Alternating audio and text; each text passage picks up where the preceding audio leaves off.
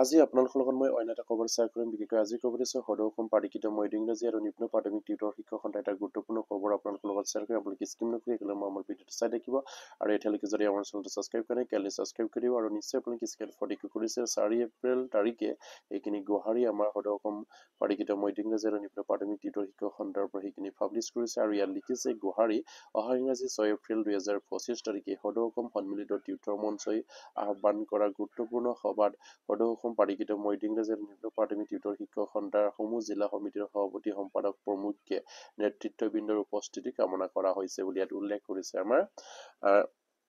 6 এপ্ৰিল তাৰিখে সদৌ অসম সন্মিলিত টিউটৰ মঞ্চ এটা গুৰুত্বপূৰ্ণ বৈঠক অনুষ্ঠিত হৈছে আৰু সেই বৈঠকত আমাৰ প্ৰতিগৰাকী সদৌ অসম মধ্য ইংৰাজী আৰু নিম্ন প্ৰাথমিক টিউটৰ শিক্ষক সন্থাৰ সভাপতি সম্পাদক জিলা সভাপতি সম্পাদকক উপস্থিত থাকিবলৈ বিনম্ৰভাৱে অনুৰোধ জনাইছে আৰু ইয়াৰ উপৰিও আমাৰ যিসকল টিউটৰ ছাৰ বাইদেউসকলে অংশগ্ৰহণ কৰাৰ ইচ্ছা আছে তেখেতসকলকো সেই সভাত অংশগ্ৰহণ কৰিবৰ কাৰণে বিনম্ৰভাৱে তেখেতসকলে আপোনালোকক অনুৰোধ জনাইছে আৰু ইয়াৰ পাছত কৈছে যে টিউটৰসকলৰ হকে সন্মিলিত ৰূপত সংগ্ৰাম চলাই নিয়াৰ পৰিকল্পনা যুগুত কৰি কাৰ্যসূচী নিৰ্ধাৰণ কৰা হ'ব আৰু সেয়েহে কৰ্মজীৱনৰ যুঁজত এই সন্দিগ্ধনত সমূহ টিউটৰ সতীৰ্থক সহযোগ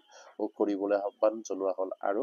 যিহেতু সদৌ অসম সন্মিলিত টিউটৰ মঞ্চৰ জৰিয়তে আমাৰ সংগ্ৰাম পৰৱৰ্তী পৰ্যায়ত হ'বলৈ গৈ আছে আৰু সেইবাবে সকলো টিউটৰ ছাৰ বাইদেউসকলক সেই আমাৰ কৰ্মজীৱনৰ যিখিনি প্ৰাপ্য সেই প্ৰাপ্য বিচাৰি আমি ওলাই আহিবই লাগিব আৰু সেইকাৰণে প্ৰতিগৰাকী টিউটৰ ছাৰ বাইদেউসকলক সেই সভাত উপস্থিত থাকিবৰ কাৰণে বিনম্ৰভাৱে অনুৰোধ জনাইছে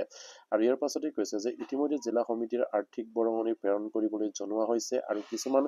জিলা সমিতিৰ সভাপতি সম্পাদকে বৰঙণি সংগ্ৰহ নোহোৱাৰ বিষয়ক অৱগত কৰিছে আৰু সেয়ে সন্থাৰ কেন্দ্ৰীয় সমিতিৰ তৰফৰ পৰা সমূহ টিউটৰ শিক্ষাগুৰুলৈ আৰ্থিক সহযোগ ৰাখি জিলা সমিতিক প্ৰদান কৰিবলৈ অনুৰোধ জনোৱা হ'ল আৰু পুঁজি অবিহনে কোনো কাৰ্যসূচী ৰূপায়ণ সম্ভৱ হৈ নুঠে আৰু সেয়ে পুনৰ সকলোকে সেই গুৱাহাটীৰ জৰিয়তে আৰ্থিক সহযোগিতাৰ বাবে আহ্বান জনোৱা হ'ল আৰু নিশ্চয়কৈ আপোনালোকে স্ক্ৰীনত প্ৰত্যক্ষ কৰিছে যিহেতু এটা সন্থা চলিবলৈ আমাৰ নিশ্চয়কৈ সকলোৱে গম পায় যে কিঞ্চিত পৰিমাণ হ'লেও আমাক বৰঙণিৰ প্ৰয়োজন হয় আৰু সেইবাবেই আমাৰ কেন্দ্ৰীয় কমিটিয়ে আমাৰ জিলা সমিতিক এটা বৰঙণি নিৰ্ধাৰিত কৰি দিছে আমাৰ বছৰেকীয়া বৰঙণি আৰু সেই বৰঙণিখিনি আমাৰ জিলা সমিতিক অতি সোনকালে টিউটৰ ছাৰ বাইদেউসকলে দিবলৈ অনুৰোধ জনাইছে আৰু জিলা সমিতিয়ে সেই বৰঙণিখিনি কেন্দ্ৰীয় কমিটিলৈ প্ৰেৰণ কৰিব আৰু সেয়ে সেই বৰঙণিত নিশ্চয়কৈ যদি আমাৰ টিউটৰ ছাৰ বাইদেউসকলে যদি যোগান নিদিয়ে তেনেহ'লে কেন্দ্ৰীয় কমিটিয়ে কিছু কামত আগবাঢ়ি যোৱাত তেখেতসকলৰ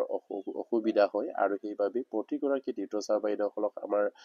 জিলা সমিতিৰ বিষয়ববীয়াকে আদি কৰি সদৌ অসম পাৰ্টিকৃত মধ্য ইংৰাজী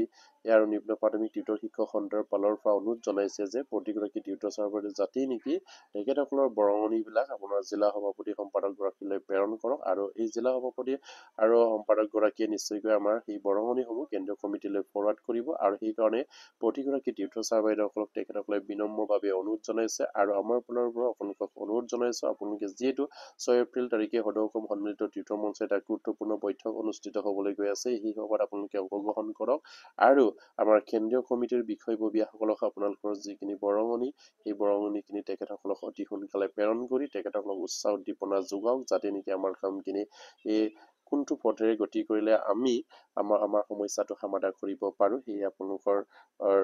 প্ৰচেষ্টা লাগিব আৰু আপোনালোকৰ সহযোগ লাগিব আৰু সেইবাবেই আমাৰ কেন্দ্ৰীয় কমিটিয়ে সেইখিনি বিচাৰিছে আৰু সেইকাৰণে প্ৰতিগৰাকী টিউটৰ ছাৰ বাইদেউসকলক তেখেতসকলৰ বছৰেকীয়া যিখিনি বৰঙণি কেন্দ্ৰীয় কমিটিক প্ৰেৰণ কৰিব লাগে সেইখিনি অতি সোনকালে প্ৰেৰণ কৰিবলৈ তেখেতসকলক বিনম্ৰভাৱে অনুৰোধ জনাইছে আৰু নিশ্চয়কৈ আপোনালোকে স্ক্ৰীনত ফটো কৰিছে আমাৰ মুখ্য সাধাৰণ সম্পাদক গৰাকীৰ নাম আছে আৰু সকলোকে আমাৰ টিউটৰ ছাৰ বাইদেউসকলক অনুৰোধ জনাইছোঁ আপোনালোকে অহা 6 এপ্ৰিল তাৰিখত আমাৰ সদৌ অসম সন্মিলিত টিউটৰ মঞ্চৰ যিখিনি গুৰুত্বপূৰ্ণ সভা হৈছে সেই সভালৈ আপোনালোকে আহক আৰু তাতে অংশগ্ৰহণ কৰি আপোনালোকৰ দিহা পৰামৰ্শ আগবঢ়াব বুলি বিনম্ৰভাৱে অনুৰোধ কৰিলোঁ আৰু আপোনালোকে যদি এতিয়ালৈকে আমাৰ চেনেলটো ছাবস্ক্ৰাইব কৰে কাইলৈ ছাবস্ক্ৰাইব কৰিব। নমস্কাৰ, জয় আই অসম।